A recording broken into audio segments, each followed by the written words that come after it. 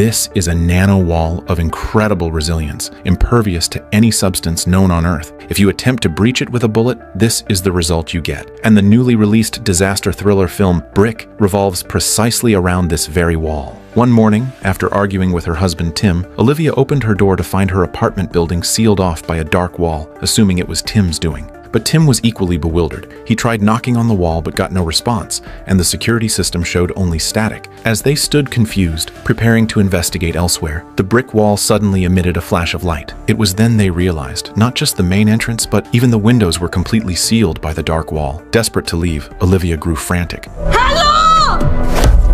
She tried calling a friend, only to discover both mobile signals and Wi-Fi were completely blocked by the dark wall. Thinking proximity might yield different results, they approached, but the wall seemed to emit radiation. The closer they got, the more their phone screens flickered. What on earth is this thing? Olivia, an architect by trade, grabbed an electric drill, and they began testing frantically. Yet, even as the drill bit glowed red hot, it left not a single mark on the dark wall. So they started drilling throughout the apartment, only to realize after penetrating an entire room that the entire building seemed encased solidly by the dark brick. Who possesses the power to completely seal off their entire building overnight? Just then, arguing voices came through the wall behind their decorative painting. It was the neighbors. Indeed, the dark brick hadn't sealed the adjacent apartment. After drilling a small hole through the wall, they discovered the panicked couple next door, the Marvins. They were tourists, staying in a temporary rental, never expecting this. Marvin cursed, vowing to demand a refund from the landlord. But first, they needed to get out.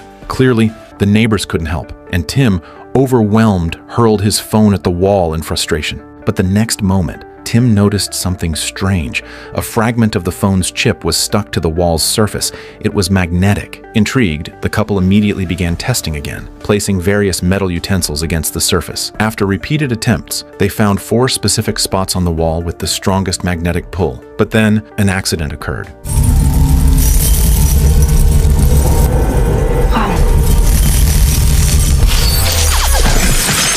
This attempt ended with Tim injured. After tending to his wounds, shaken by their close call, they finally gave up testing. Perhaps it's all God's plan. After all, if Olivia had actually left earlier, their marriage might have shattered. Just as they consoled themselves with this thought, loud noises erupted from the Marvins' apartment next door. Tim peered through the hole and saw the Marvins seemingly in a physical altercation. So they widened the hole with the drill, grabbed a baseball bat, and went next door. They soon found bloodstains on the floor and Anna unconscious by the bed. They woke her and tried to lead her away, but suddenly, Marvin burst out, pinning the unsuspecting Tim down. Luckily, Olivia acted just in time, knocking Marvin down with a can of pepper spray, but Anna shouted at them in a frenzy. It turned out the Marvins had taken too much medication, causing hallucinations. The blood on the floor was actually Marvin's. However, Marvin was still clearly disoriented, so they restrained his hands first. Tim and Olivia then headed to the storage room, searching for anything useful to escape. But there, Olivia stumbled upon a pile of miniature surveillance cameras.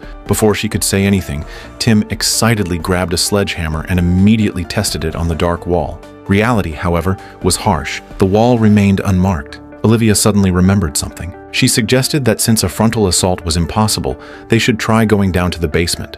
As an architect, she had researched the building. This old structure was modified during World War II. And the basement should have a door leading directly to a bomb shelter connected to the modern city's subway system, so they could break through downwards. Anna mentioned seeing many videos online last week about unidentified flying objects. It could be aliens, but Marvin believed it was the landlord Friedman's doing, maybe part of a secret escape room game. Just then, the lower apartment was breached. Tim climbed down using bed sheets only to confirm it too was sealed by the brick wall. Suddenly, an armed old man, Oswald, appeared, warning Tim not to touch his supplies and demanding he leave immediately. Tim and the group tried to explain they only wanted passage to the basement, but Oswald refused to listen. He believed the apocalypse had arrived and needed to protect himself.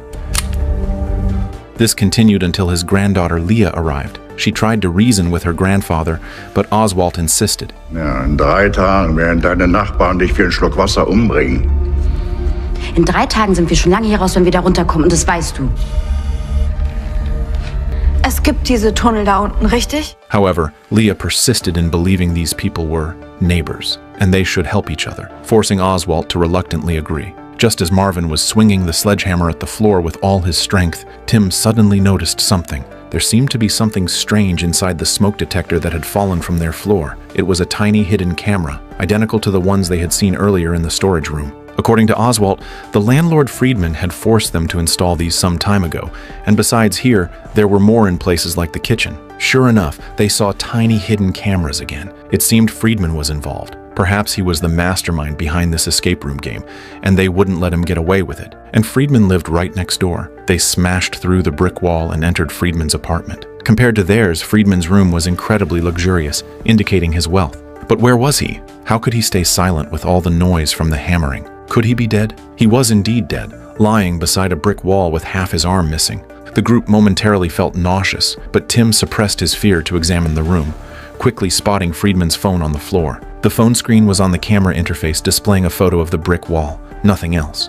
Trapped and faced with a bizarre death, emotions ran high. They even suspected the world might be controlled by some superintelligence, or they had been transferred to a virtual reality. Just then, Olivia found yesterday's newspaper reporting a major fire in their town that had caused severe traffic disruptions. Just then, the floor below was breached.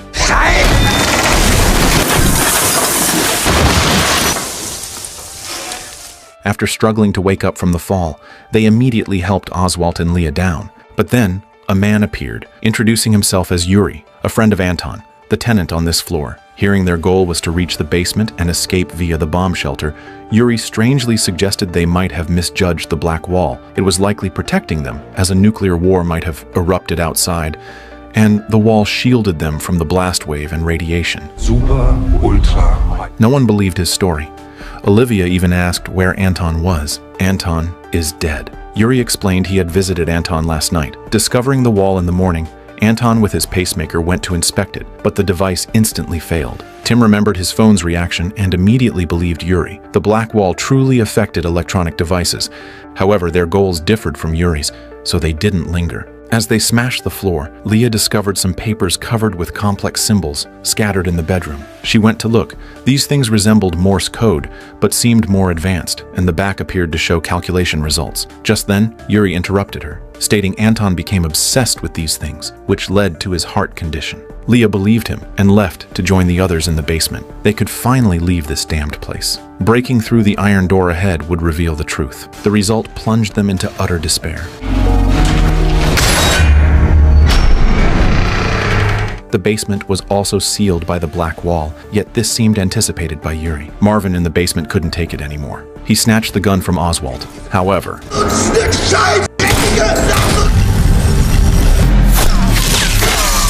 and because Oswald was killed by the reflected bullet, no one dared act rashly again. They called Yuri over, trying to deduce the reason for their entrapment, like shared experiences or similarities in their lives. It proved their life paths and experiences were completely different. So why then? Tim then remembered the photo on Friedman's phone.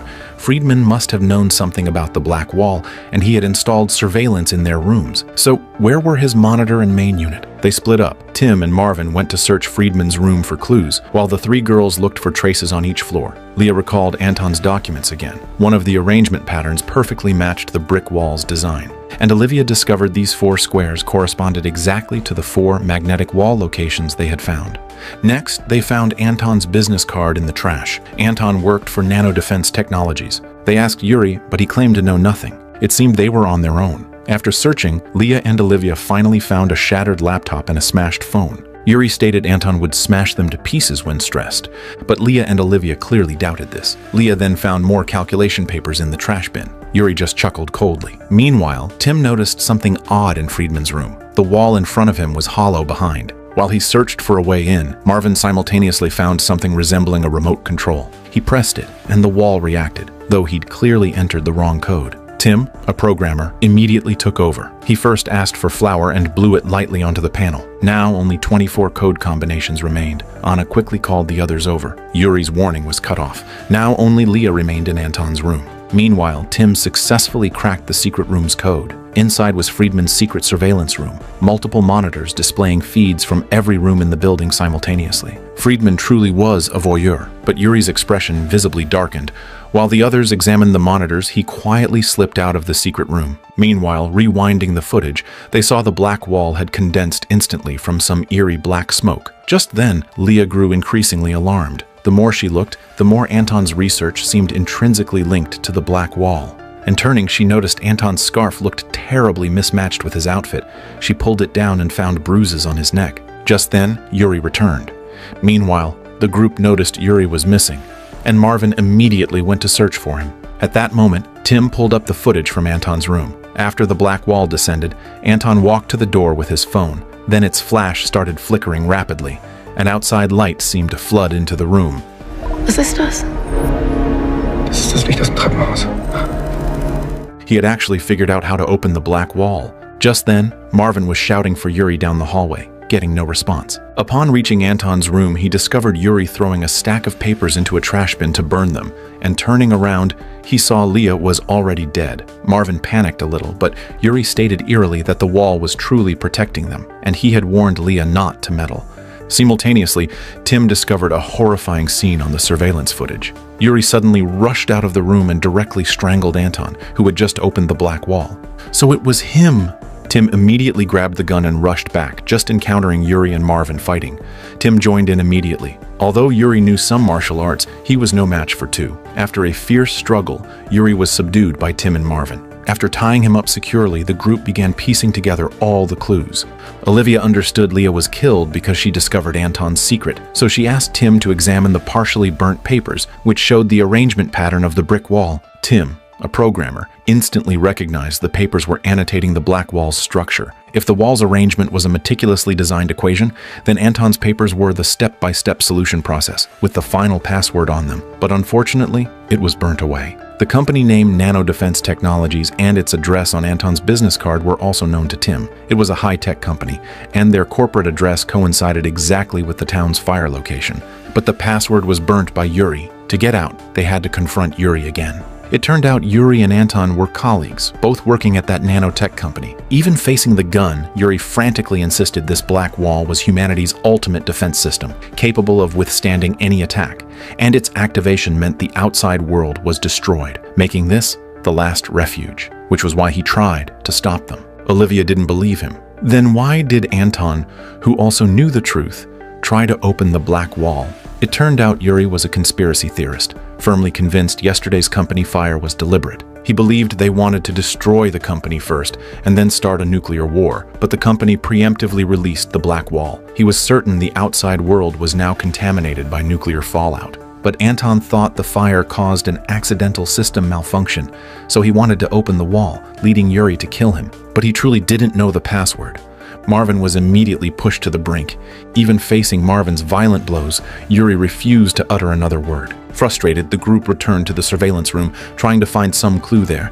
After carefully replaying the footage before Anton's death, Tim recognized Anton was intently writing a program. Perhaps it was the program to control the black wall. He zoomed in and replayed it, finally confirming the program was on Anton's smashed phone. As long as the memory chip was intact, he could clone the program. Retrieving the phone, Tim removed its chip and transferred the program code to his own device. During the transfer, he discovered the code's unique aspect. It was an optical system. Light is also an electromagnetic wave. Combined with the earlier flashing light, Tim finally understood everything. The black wall needed to be opened with a specific flashlight frequency. After repairing Anton's program, Tim began testing. He tapped the 4 squares corresponding to the strongest magnetic bricks, from top to bottom. As his phone's flashlight flickered,